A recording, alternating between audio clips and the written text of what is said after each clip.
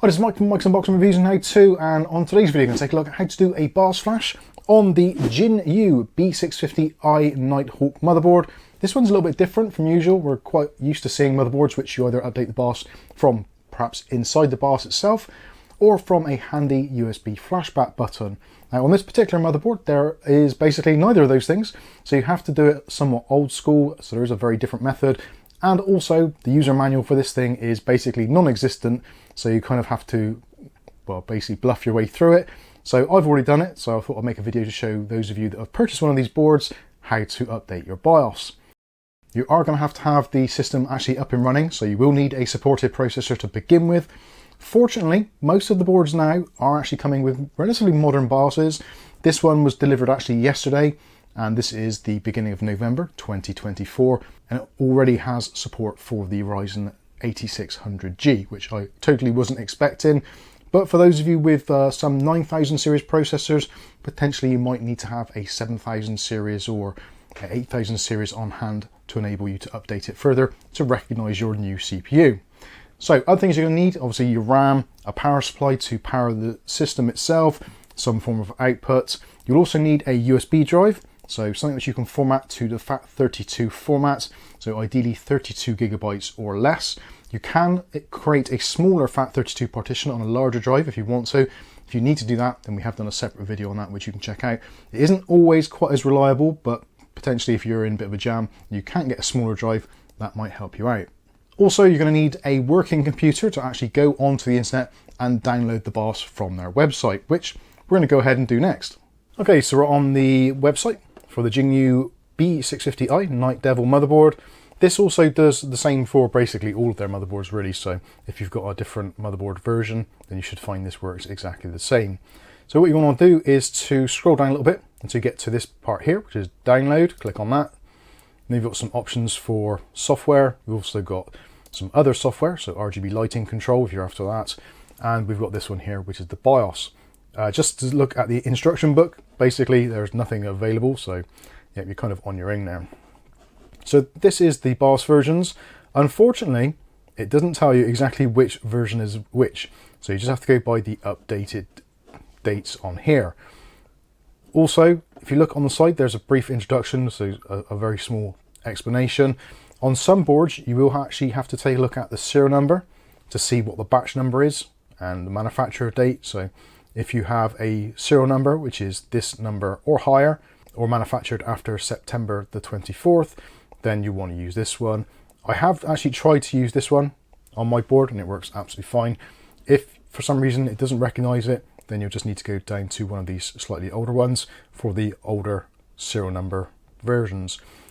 But at the moment, this one works fine. So this is updated the 9th of the 9th, 2024. So let's go ahead and download that one. This comes down in a RAR format, so WinRAR, and we'll choose a location, just save it to the Windows desktop. This will take a long time. Their servers aren't quite as fast as those from the likes of Asus and MSI, etc. So just be patient and let it download. Okay, so that's downloaded now, so we can minimize this. And let's take a look at our BIOS files. So this is a zipped folder. So we're going to need to right click and choose extract all to unzip it. And we'll unzip it to the desktop. And here you'll see a folder. So at this point, if you look inside of the folder, there is an EFI folder, and inside there, there's a boot folder, and then we've got the BIOS ROM and all that kind of stuff. So this version is B014. There is a version newer than this, which is B015. Weirdly, the older version on their website has a newer revision, but yeah, it's very odd what they're doing there. But anyway, in order to actually put it onto the computer, let's grab our flash drive. And this has currently got some stuff on it, so I'm going to go ahead and format the drive anyway, just to be on the safe side. So FAT32, and set it to the default allocation size. Click on Start. Obviously it's going to erase data if there's anything on there, so if you're happy to do that, click OK. And there we go, so now we've got our blank drive. Now when it comes to the BIOS, you would think that maybe you have to copy that whole folder, or just maybe the BIOS file itself. You go in, so there's our 32 megabyte file. No, you don't do that. You go up a level to the EFI folder, right click on it, then you choose copy, go to your USB drive and click paste, right click, choose paste. So there we go. All you should see on your USB drive, if you go into it, is just the first folder with the EFI, the boot, and the files that we need. So basically what this is going to do is going to boot up into a kind of a command line type structure, and it's going to automatically flash the system straight away. So that is basically how it works. So we can take that drive out of the computer, and now we can go over to our little test bench and get this thing flashed. Okay, so now on to flashing the BIOS. So you can actually put the USB drive into any of the ports on the back. It doesn't make a difference what it is. Potentially you could even use the USB-C if you've got a USB-C flash drive. Make sure you've got your monitor plugged in, and also keyboard and mouse, you will need that. And just plug in the USB stick. Make sure your power supply is turned on. And what we're going to do is, before you actually turn the machine on, get your keyboard ready, and you want to be hitting the F11 key. So this is the one which actually gets you into the boot menu, so then you can select the drive, as you'll see on the screen very shortly. So get ready to start mashing that, and we'll press the power button. And as soon as you hear your power supply click on, or the LEDs come on at the bottom of your motherboard, just press the F11 key and just keep on pressing it until you get something come up on the screen giving you your boot menu options. So now you can see we've got the boot menu here. So you don't want your Windows drive or any other drives. So you want to choose your USB drive. So the UEFI SanDisk Ultra USB, which is the one we're using. Now this is actually going to go through really quickly and just do the whole boot process, flashing the whole lot all in one, without you actually doing anything at all. So make sure you are happy to do this before you go ahead. Obviously, because there's no real way of restoring the BIOS from BIOS flashback, this is basically a kind of one-stop shop. So once you're ready, press enter, and there we go. So it's now booting it into its own EFI shell, and it'll basically tell you exactly what it's doing. So it's telling you what files are on there, it's opening them, and it's got the reading of the flash. So it's actually quite nice that it tells you where it's actually getting to. Potentially, if you are doing this and you're a little bit concerned about warranties, etc., you might even want to screen record this with your phone or something to make sure that everything goes okay. So if anything does go wrong, you can at least look at your video of your process to see what's actually gone on. So again, this is now reading the flash, and now it's beginning the flashing of the firmware. So it's checked it, looked at the checksums.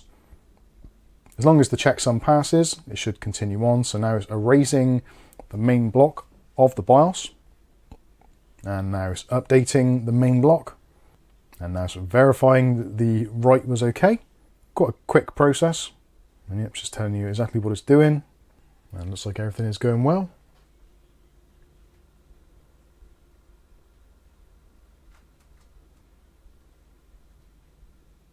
And there we go, that's completed. So now your system should start going through the reboot process. And if you look now at the diagnostic LEDs on your board, it'll probably go through and do all of the red LEDs. Then you'll get the 2 on the end, and it'll reboot quite a few times because this is doing the new kind of memory training thing which AMD processors do. So if you're used to your system working in a certain way and booting up very quickly, this will take considerably longer. So we'll let it carry on doing its thing a minute. It's still got the 4 red LEDs which stay on for quite a while. Now it's gone back to 2 LEDs, and again, it will do that a couple of times until the system boots up. So hopefully for most of you, that is your system completely flashed and updated and ready. You will need to go into the BIOS after and make some setting changes. So things like setting the language from Chinese back into English, turning on Expo or XMP for your particular RAM sticks. And if you've turned on things like CSM or done anything else in the BIOS, configuration wise, then you'll need to redo that as well because it completely erases all of those settings. So there you go. Hopefully this video has been useful to you. If it has, smash the like button. If you want to see more content like this on a daily basis, maybe consider hitting subscribe and the chime notification.